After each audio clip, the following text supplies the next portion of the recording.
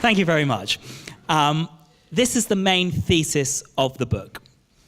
A paradox has emerged in the way Americans relate to Israel. On the one hand, Americans identify with Israel, and sympathy for Israel is widespread, surging to new heights in the 21st century.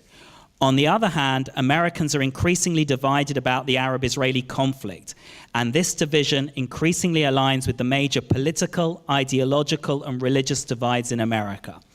What is more, these divisions are mutually reinforcing, part of a wider process of polarization. Thus, evangelical Christians and Orthodox Jews are likely to hold conservative political views and support the Republicans, while secular Americans and non-Orthodox Jews are likely to hold liberal views and support the Democrats. So basically, there's a division and there's a paradox. Americans are more sympathetic to Israel than ever before. Everyone, across the board, sympathy, right?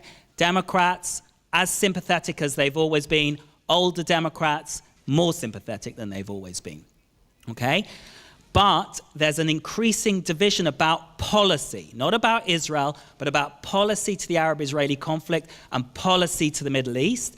And this division is cultural, political, religious, and ideological. And in the book, I look at all those things. But today, I'm going to focus on the partisan divide, Republicans and Democrats. And the point here is that the problems, the tensions that we've seen in the relationship between Netanyahu and Obama are not just personal. They are deeper. They go much, much deeper into American politics. And therefore, they're going to be an issue going forward. So just let's take in the first side of the paradox, okay? This is Gallup, and it looks at sympathy for Israel over the Palestinians. The bottom line is that since 2000, American sympathy for Israel has gone up, and it's gone up by about 20 percentage points. It has never been consistently higher. So sympathy for Israel, broadly speaking, is very strong and widespread in the US.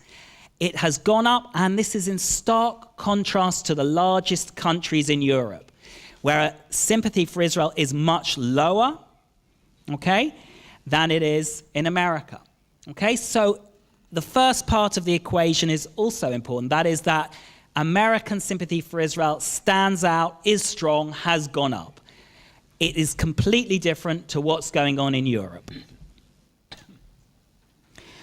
But what I want to focus on today is what's going on inside America. And the most asked question in polls is, who do you sympathize more with, Israel or the Palestinians? And what we see is that both Republicans and Democrats sympathize more with Israel than the Palestinians. But Republicans sympathize more than Democrats with Israel and less than Democrats with the Palestinians. And that's what I mean by the pro-Israel margin, the gap between how many sympathize with Israel and how many sympathize with the Palestinians. And we've seen that partisan gap double since the 1990s. And that's mainly because of a surge in Republican support for Israel. It's not because the Democrats are less sympathetic to Israel per se. So if this was only a question of who loves Israel more, it would be irrelevant politically, right? Because both sides love Israel, so it doesn't matter. But it's not.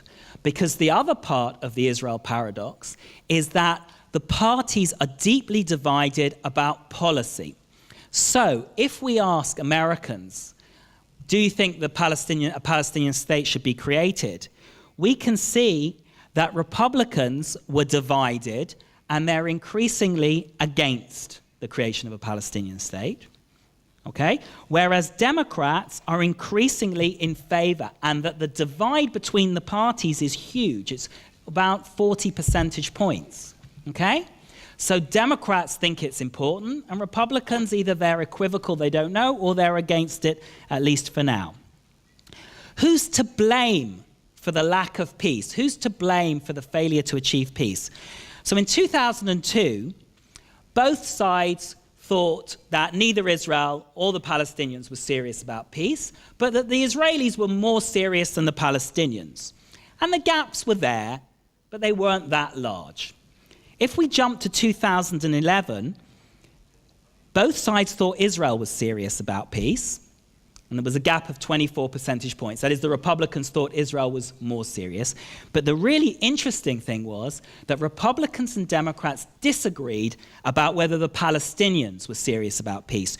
Republicans, by a huge margin, thought they were not serious about peace, and Democrats, by a narrower margin, thought they were serious. Republican opinion tends to be very clear, very pro-Israel, by huge margins. Democratic opinion tends to be divided on policy questions, but leaning in the opposite direction to Republicans. And here we see it, yeah?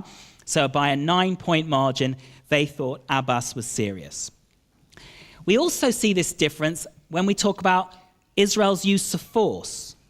Okay? Republicans, by huge margins, think that Israel's justified in its use of force. Plus 60, plus 44. Yeah, huge margins, Israel's justified in the use of force. Democrats are equivocal. Yeah, so Democrats thought that Israel was mainly responsible for civilian casualties in the 2006 Second Lebanon War. They didn't approve of Israel's military action in 2009 against the Palestinians, but they also thought Israel more or less used the right amount of force in those wars. In the latest war, in the summer of 2014, Democrats, again, were more or less divided, but by a margin, they thought Israel was unjustified in going to war, whereas Republicans, by a huge margin, thought Israel was justified. What about pressure? Where should America put pressure? Again, even in 2007, when Olmert was in power, in other words, we had a center-left Israeli government, conservatives thought most of the pressure should be on the Palestinians. Liberals, and the largest group of Democrats are liberals, thought that it should be on Israel. Last year, or 2 years ago, again, by a huge margin, the Republicans think the pressure should be on the Palestinians. Democrats, by a narrow margin, again, Democrats tend to be divided, think that the pressure should be on Israel. Just 4% is within the margin of error, but it's there. Should the US get tough with Israel over settlements? 2/3 of Democrats say yes. Republicans, evenly divided, not sure. Should the US be neutral on the Arab-Israeli conflict, even-handed, or should it take Israel's side? What about with Iran? Republicans say take Israel's side. Democrats, divided, not sure, but a narrow majority say be even-handed, stay out of it. And again, if Israel attacks Iran to stop its nuclear weapons, 2012, Republicans say back Israel. Democrats, stay neutral. So what's behind this? What we see very clearly is Republicans back Israel, right? They by huge margins and increasing margins, they back Israel, not only in terms of sympathy, but in terms of policy. Democrats back Israel in terms of sympathy, but they're divided about policy towards Israel, and they lean in the opposite direction of Republicans. So what's behind this? Well, the first thing is there's an increasing correlation between party and ideology. If we look on the sympathy question, okay, you can see that conservatives generally have about the same attitudes as Republicans, the grand old party, and liberals have roughly the same opinion as Democrats, though they're slightly less supportive of Israel because the Democrats are more of a mixed bag ideologically. And the really important thing is that the Republicans are increasingly a party of conservatives. Yeah, 70% of identifying Republicans say they're conservative. Yeah, only 4% say they're liberal. And what's really interesting is that 15 years ago, before 9/11, there were almost as many conservative Democrats as liberal Democrats, and the biggest group in the Democrats, 44%, were moderates. Now, the largest group are liberals, 44% liberals, 36% moderates, 19% conservatives. The Democrats have become more liberal. And it's the liberals who are most critical of Israeli policies. And the thing is that the increase in the amount of liberals is to do with generational change.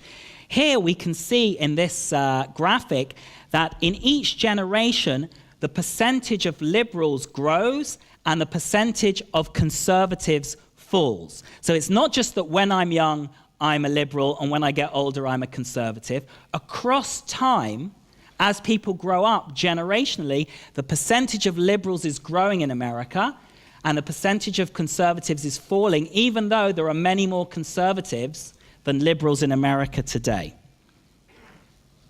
Okay, so if Israel's main problem is with liberals, it is a growing problem. But it's not only a case of liberal and conservative, it's how liberals and conservatives relate to American foreign policy in general. Because what's happened is that Republicans and Democrats used to be pretty similar in their attitudes, that is the public's, to foreign policy, but increasingly this is the number one issue dividing them, particularly as it relates to the Middle East, which has been the focus of American foreign policy since 9/11. So if we take the question of, do you believe in peace through strength or peace through diplomacy? So in 1997, there was very little difference between Republicans and Democrats. Republicans were a little bit more hawkish. Today, 3/4 of Republicans agree with peace through strength, that is, they're more hawkish, and only less than 50%, 44% of Democrats think that. So Democrats are divided on this. Republicans are increasingly strident. Does Islam encourage violence more than other religions? In 2002, immediately following 9/11, only 33% of Republicans and 22% of Democrats thought so. Now, almost 2/3 of Republicans think so, and about 29-30% of Democrats. So they're on different sides now because a majority of Republicans think that there's a real problem with Islam, and a majority of Democrats think there isn't. And again, regarding the Iranian nuclear program, most Republicans, by a large margin, think the problem is that America might take too long to act, whereas most Democrats worry that America will act too quickly. So what we see is that attitudes towards policy to the Middle East are driven not by how much you love Israel, but what you think is good for American foreign policy in general. And Democrats and Republicans increasingly see these things differently. Just to be clear, Democrats and American liberals, right, still have underlying sympathy for Israel. This is a Pew poll from 2009, and if you look at liberal sympathy for Israel in the US, it's at 33%. That is higher than the right in Europe, which is 29%. In other words, America remains America. Americans of all stripes are sympathetic in an underlying way to Israel in a way that Europeans are not. But when it comes to policy, they are increasingly divided. What does all this mean? What is more important? Is it more important politically that more Americans than ever before sympathize with Israel? Or is it more important politically that they're more divided than ever before about policy to the Arab-Israeli conflict and to the Middle East? And the answer here is it's more important that they are divided. Yes, the fact that Americans are underlyingly sympathetic means that the American commitment to Israeli security, if it was clear and palpable and immediate, would be there. It remains extremely strong, bipartisan, and it, in fact, has never been stronger. But on policy to the Middle East more generally, and on the Arab-Israeli conflict, the fact that more Americans support Israel, but that Americans are more divided politically, means that more is less. It is more difficult for Israel. Because Israel has a strategic interest in maintaining bipartisan political support for its policies. That is both parties.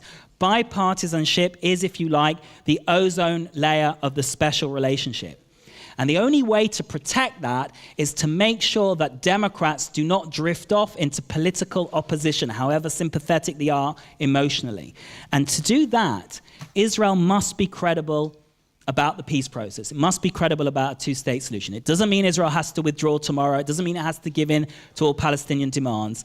It means it has to focus on its security issues. Because if it talks about opposing two states or encouraging settlements, it will strengthen those in the Democratic Party who think that most of the pressure should be on Israel. If it wants to cohere its support and maintain bipartisanship, it must be credible on this to enable its supporters on both sides of the aisle in America to focus on the issues and the agenda which are important primarily to Israel. Thank you very much.